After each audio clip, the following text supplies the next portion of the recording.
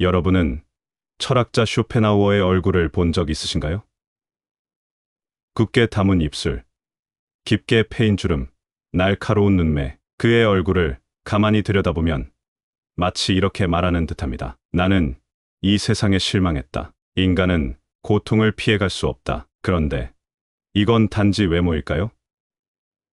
아니면 그의 내면이 수십 년간 쌓인 감정과 사유가 얼굴에 드러난 걸까요? 아르투어 쇼펜하우어. 그는 18세기 말에 태어나 19세기 중반까지 살았던 독일의 철학자입니다. 그의 사상은 냉소적이고 염세적이라는 평가를 받습니다. 삶은 고통이다. 인간의 본성은 충족되지 않는 의지이다. 그가 남긴 가장 유명한 말 중 하나죠. 그는 세상과도 사람들과도 쉽게 어울리지 않았습니다. 그의 일상은 고독과 불만으로 가득 찼습니다. 여러 기록에 따르면 쇼펜하우어는 유난히 예민한 감각을 지녔고 소음에 극도로 민감했다고 합니다. 특히 그가 지필에 몰두할 때 방해받는 것을 견딜 수 없었죠. 유명한 일화가 있습니다. 하녀가 계단을 오르내리는 소리가 듣기 싫어 그녀를 밀쳐 다치게 하고 그 일로 법정에서 패소한 뒤에는 20년 동안 그 사건을 기록하며 이렇게 남깁니다. 그 여자가 죽을 때까지 이 사건을 기억하리라.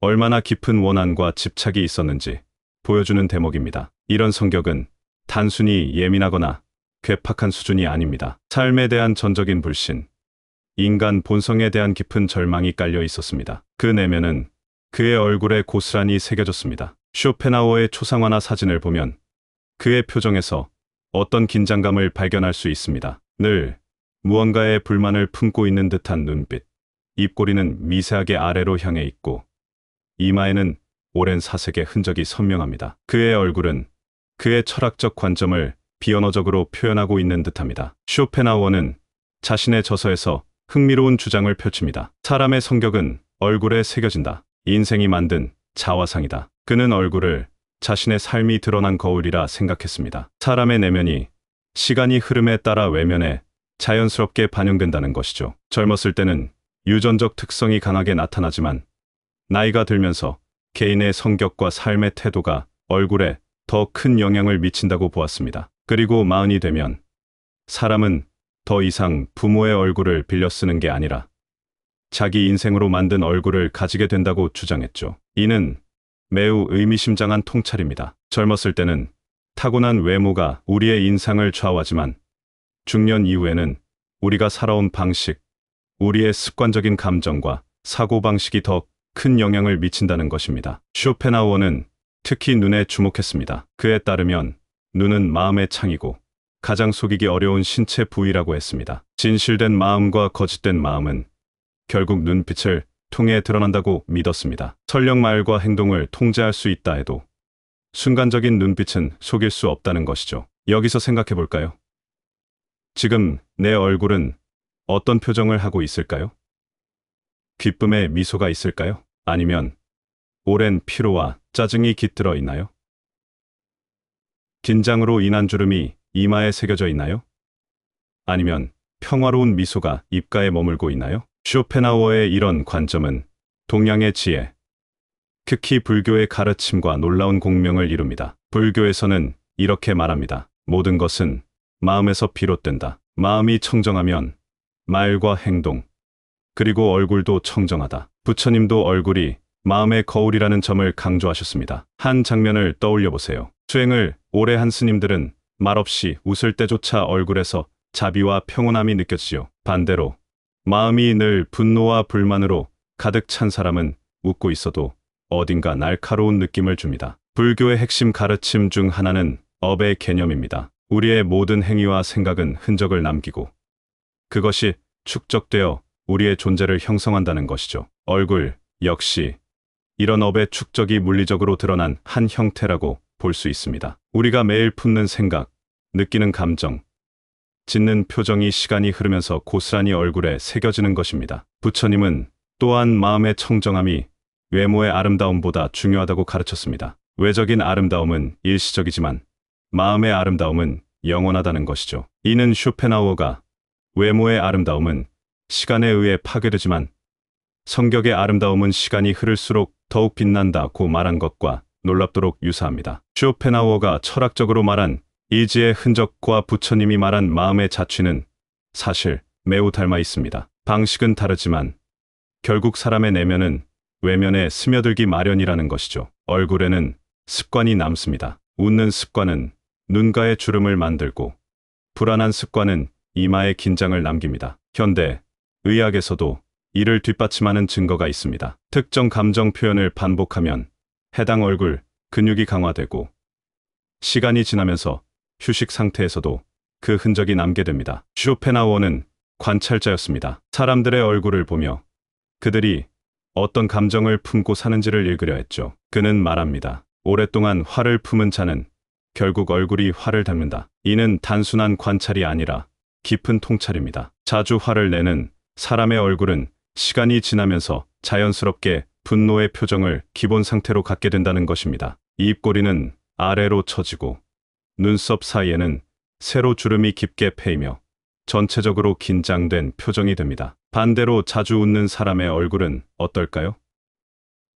눈가에 생기는 미소 주름은 비록 노화의 흔적이라 할지라도 따뜻함과 친근함을 전달합니다. 웃을 때 사용하는 근육들이 강화되어 자연스럽게 입꼬리가 올라간 표정을 갖게 되죠. 이 말은 부처님의 가르침과도 이어집니다. 성냄은 얼굴을 어둡게 하고 탐욕은 눈빛을 흐리게 한다. 부처님은 인간의 세 가지 독으로 탐욕, 성냄, 어리석음을 언급하셨습니다. 이 세 가지 독은 우리의 마음을 오염시킬 뿐 아니라 결국 우리의 외면에도 영향을 미친다고 보았습니다. 끊임없는 욕망으로 가득 찬 사람은 눈에 탐욕의 빛이 깃들고 분노로 가득 찬 사람은 얼굴에 긴장감이 감돕니다. 우리는 매일같이 감정을 씁니다. 그리고 그 감정은 우리의 얼굴을 조용히 빚어갑니다. 마치 조각가가 천천히 대리석을 다듬어가듯 우리의 내면은 우리 얼굴이라는 캔버스에 자기 모습을 그려나가는 것입니다. 이제 여러분께 질문 하나 드릴게요. 오늘 나의 얼굴은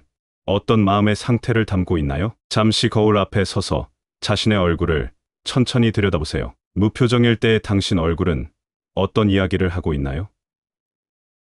입꼬리는 자연스럽게 올라가 있나요? 아니면 내려가 있나요? 눈빛은 밝고 선명한가요? 아니면 흐리고 무거운가요?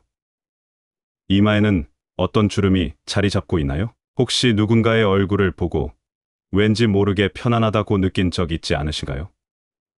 그건 단지 생김새가 예뻐서가 아닙니다. 그 사람의 마음이 편안하기 때문에 그 느낌이 얼굴을 통해 전달되는 것이지요. 현대 사회에서 우리는 외모에 많은 관심을 기울입니다. 화장품, 성형수술, 다양한 피부 관리 방법 등 외적인 아름다움을 위해 많은 노력과 비용을 투자합니다. 그러나 쇼펜하우어와 부처님의 가르침은 우리에게 다른 시각을 제시합니다. 진정한 아름다움은 내면에서 시작된다는 것이죠. 그러니 우리가 더 나은 얼굴을 갖고 싶다면 가장 먼저 돌아봐야 할 것은 거울이 아니라 마음입니다. 우리의 습관적인 사고방식, 감정 표현, 삶을 대하는 태도가 결국 우리 얼굴의 기본 상태를 결정하게 됩니다. 쇼펜하우어는 종종 동양 철학에 관심을 보였습니다. 특히 불교와 힌두교의 사상은 그에게 깊은 영향을 주었지요. 그가 처음 우파니샤드를 접했을 때 이렇게 말했다고 합니다.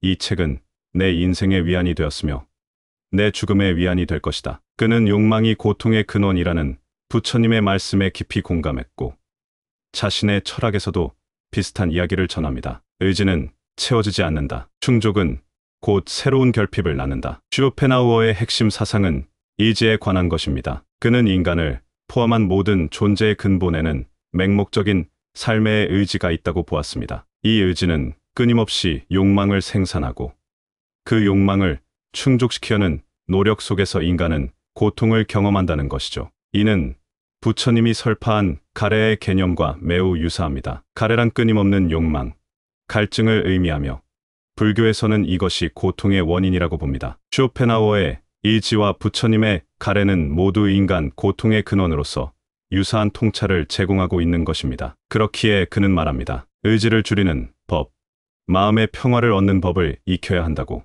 그것이야말로 얼굴을 맑게 하고 인생을 가볍게 하는 길이라고 생각했습니다. 쇼펜하우어는 예술과 철학적 사유를 통해 일시적으로나마 이 의지에서 벗어날 수 있다고 보았습니다. 그리고 궁극적으로는 금욕주의적 삶을 통해 의지의 부정에 도달할 수 있다고 주장했죠. 부처님 역시 비슷한 메시지를 전합니다. 욕망에 대한 집착에서 벗어나 중도를 걸으며 명상과 바른 삶의 방식을 통해 내면의 평화를 찾으라고 가르치셨습니다. 두 사상가 모두 내면의 평화가 외적인 모습에도 영향을 미친다는 점을 인식하고 있었습니다. 현대 사회에서 얼굴의 의미는 어떻게 변해가고 있을까요?